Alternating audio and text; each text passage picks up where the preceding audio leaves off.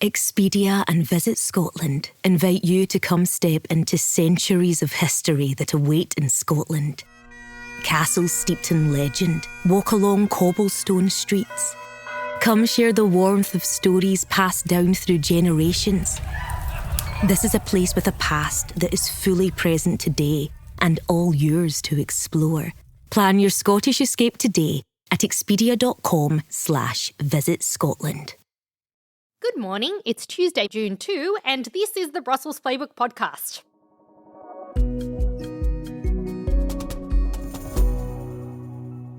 The vibe in Brussels today is murky as the EU prepares to target Russia's shadow fleet again. Meanwhile, experts are warning that the real weak spot might be the insurance that keeps those ships afloat. Also on the pod, Hungary's reform fight is getting messy, with Commissioner Michael McGrath arriving in Budapest as Péter Magyar races to pass reforms. And Europe is on Ebola watch, with EU health ministers preparing to coordinate as the outbreak in Central Africa grows. I'm Zoya Sheftalovich, and with me today is Sarah Wheaton. Hey, Sarah. Hey, Zoya. You know, last time I was really happy to have you because of your food expertise. Now I'm happy to have you because of your health expertise. I mean, I'm not a doctor, but I write about them sometimes. It's basically almost the same thing. The first story we're going to talk about today is one that is close to my heart because I've been working on this one for a while now. The EU is currently working on the 21st package of sanctions to target Russia in response to the full-scale invasion of Ukraine. And one of the big elements of that package is expected to hit Russia's shadow fleet. Now, these are those ships that operate in murky waters. They sometimes carry legal cargo, sometimes illegal cargo.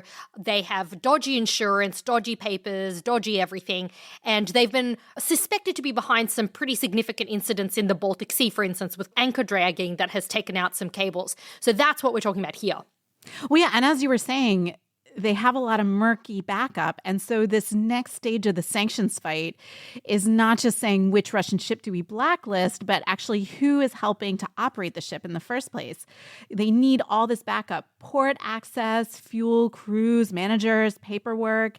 And your reporting suggests that, you know, one of the really interesting things here is actually the insurance trail. Yeah, this is something that I've been honing in on. Now, I'm no insurance expert, Sarah, so I've had to rely on some big brains for this one. But basically, the key thing is this P&I insurance. It's this liability cover so that if there's a ship that causes damage to, for instance, an oil spill, let's say, and that causes damage to the environment, or for instance, what happened in Baltimore where we saw that ship crash into the bridge, all of these sorts of things, ships have to have insurance so that if something like that happens, which can cost hundreds of millions of dollars to ameliorate, they need to have someone backing them up. Now, the Russian vessels have trouble getting insurance because a lot of that insurance can't legally be provided by the classic kind of Western financial companies because if they're carrying sanctioned goods, they're not allowed to provide it.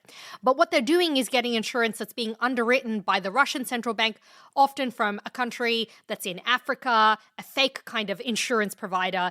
And that is part of what the EU is trying to figure out, how they can find those companies, how they can trace them back and block that insurance from being provided, especially because, and this is the key thing in my story, sometimes that insurance is being underwritten by European financial firms. This was the real mind-boggling thing from your story because, I mean, okay, Russia doesn't exactly have the money to insure these ships either, but they figured out this incredibly sneaky way that, Europe is sanctioning these Russian ships on the one hand, but its companies are helping them. Explain that. Yeah, so this is super interesting. I spoke with some analysts who work in this field. Some were from this company called Deft9, which traces the shadow fleet and looks at their financial dealings. Others work in other companies. And basically what they found is it's not actually possible for Russia to essentially underwrite all of this insurance because it's billions and billions of euros, billions and billions of dollars that they have to have on hand to provide this insurance. And so what they surmise is happening, and this was backed up by some of the politicians I've spoken to who are really in the weeds on this, is basically that Russia is packaging up this insurance with some other type of insurance that is legal to provide and on selling it to European banks or European insurers that are buying it kind of unwittingly. And so the key thing here is just being able to track that chain and having the EU really target really precisely those sanctions to stop that from being able to happen.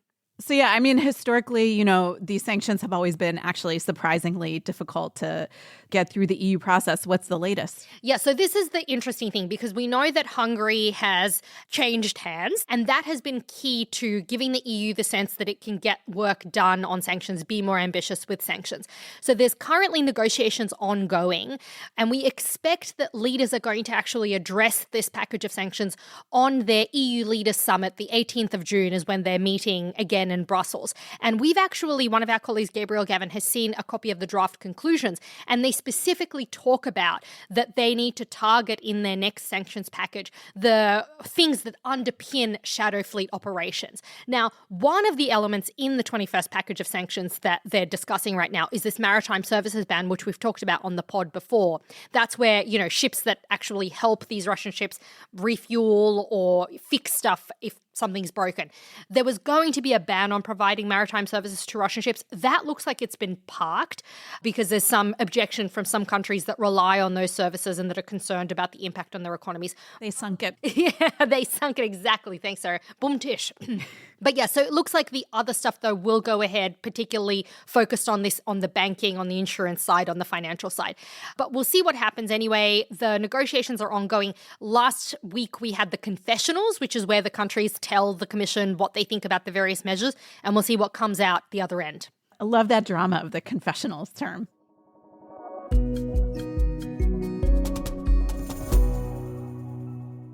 Sarah, we've been banging on about the Hungarian election. We just talked about it again, of course. But it's actually a pretty big week on this front because today, the Commissioner for Justice and Rule of Law for Europe, Michael McGrath, he's in Budapest to meet Marta Gorog, the country's justice minister.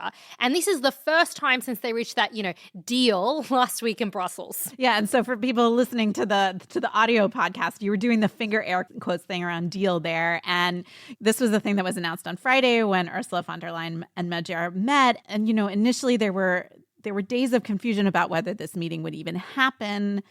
Then on Friday, they did meet and announced the unlocking of 16.4 billion with a B euros. And that includes EU post-pandemic recovery funds and EU funding withheld for breaches of law. But again, it was more of a finger quote deal than a deal. Yeah, this is the classic kind of fudgy situation that you get sometimes in Brussels. And the reason for it is because Hungary under Magyar has been really trumpeting the fact that it wants to do business with Brussels. It wants this money. It's a key priority for the new government. And the Prime Minister is trying to make the changes required. Basically, there's a bunch of reforms that need to be written. The legislation needs to be done. It needs to be enacted, passed through Parliament, and then it needs to go into action. And that is a deadline of August 31 for all of that to be done, which is really, really a fast turnaround time for any piece of legislation anywhere, but it's particularly a fast turnaround time when you consider that there were 16 years where Viktor Orbán was passing this legislation, and undoing it in a few months is quite the task. And these are reforms of Hungary's judiciary, anti-corruption safeguards, public procurement laws. Like, it's really significant. And partly the issue is that there are a lot of Orbán loyalists that were installed during the previous regime who are still in post and who are standing in the way of a lot of this legislation. So the Commission has been pretty cautious and said, look, in theory, we will unlock this money, but only if you actually do the changes that you've promised. Yeah, and of course, the most significance of these loyalists who Magyar is still kind of stuck with is the president. President Tamás Szolyak is an ally of former Prime Minister Orbán, and shortly after he won the election, Magyar demanded that Szolyak resign by May 31st. That was Sunday. Well, that's come and gone, and Szolyak is still there. So now Magyar has threatened to amend the country's constitution to get rid of him. He told reporters, quote, "We're trying to adopt the necessary legislation as quickly as possible. And yes, there will be talk of removing all puppets." But this is exactly what we were talking about last week, and something that I wrote about ahead of this meeting that Ursula von der Leyen and Magyar had last week, which is that the problem for Magyar is to unwind a lot of this legislation. He actually has to act in a way that could potentially break the law. And that's something that a professor of law and politics told me, John Morrigan. He said that it's extremely difficult to restore the rule of law without breaking the law. So it's this real catch-22, because removing these leaders of courts and things could potentially be in breach of the constitution. And it's really awkward for the commission to be associated with that, considering what it's just gone through with 16 years of Orbán. Yeah, so this is going to be kind of a delicate dance that Commissioner McGrath has to do during his Hungary visit. You know, rule of law is literally his beat. Yeah, that's right. And he's going to be meeting with a bunch of Hungarian MPs and ministers, and he's going to assess the reforms that Hungary is proposing to make now. And the next steps are basically, once Hungary submits its formal revised recovery plan, this is the money that it wants to get from the EU's COVID recovery funds. That proposal needs to be approved by the Commission, endorsed by EU countries, and then adopted. And Brussels hopes that'll be by July. But it's like a lot of steps that Hungary has to get through.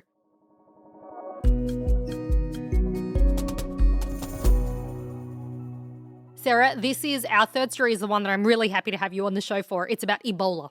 So you're associating me with like a disease where you bleed out of your eyeballs. Thanks. I'm associating you with a disease that I know very little about, but you're an expert in as a former health reporter.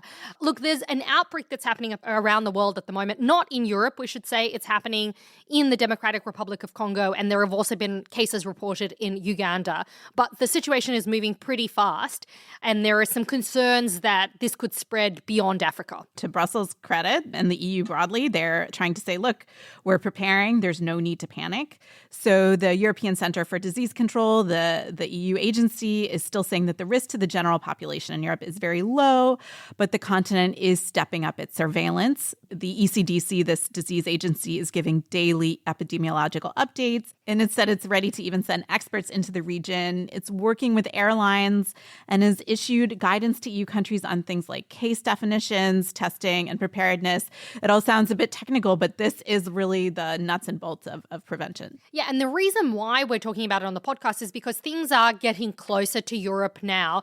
Last week, there were 2 suspected Ebola cases in northern Italy, which ended up shown to not be Ebola. And yesterday, there was a suspected case in Sardinia, also in Italy. That also seems to be negative, but nonetheless, you know, even negative cases matter because you've got to make sure that the system works. You've got to have checks at the airports, isolation, lab testing, contact tracing. There's a phrase I thought I wouldn't hear again for a while after COVID, but nonetheless.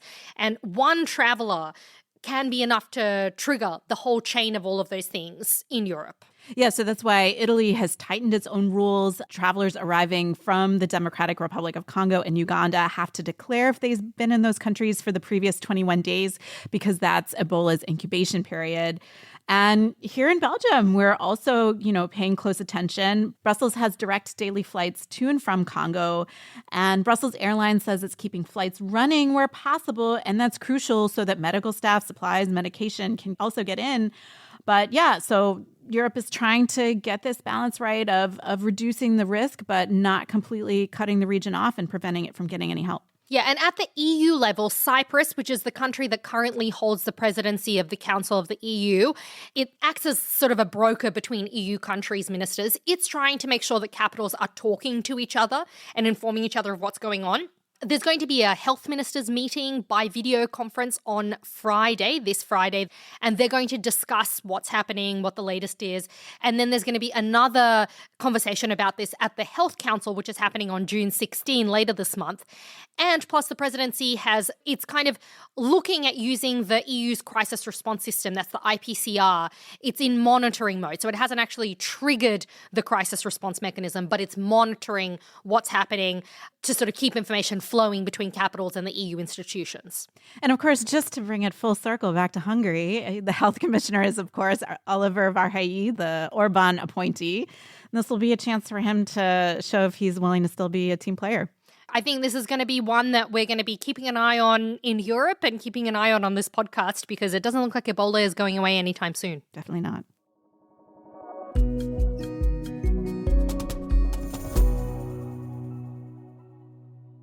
Hey, Sarah, since we were just talking about Italy, today is Republic Day. Ciao. Ciao, indeed. That's it. That's what I've got. Anyway, look, the 1946 referendum is what this day commemorates. It's when people went to the polls to abolish the monarchy and establish a democratic republic after the Second World War. Yeah, so to celebrate, there's going to be a military parade in Rome and a wreath-laying ceremony at the Tomb of the Unknown Soldier. And I know over at the European Parliament last night, they were having some festivities as well. Ooh, I wonder what they got to eat and to drink. I hope it was Prosecco and pasta. I'll take some Chianti. Before we go, we've got a birthday shout out. Maria Tomasic, who's the spokesperson for the European Council President Antonio Costa, is celebrating today. If you've got a birthday and you want us to include it on the Brussels Playbook podcast, why not send us a voice note or a WhatsApp? Let us know and we might give you a little shout out. So happy birthday, Maria, and yeah, you could be next. Folks, that's about it from us today. Please do leave us a rating, write us a review. Sarah, I've been requesting carrier pigeons. Well, what about a telegram? Ooh, a telegram. That's a great... We're going to go through all of the means of transporting messages on this show, even if it kills us. Folks, have a lovely day. Bye. Arrivederci.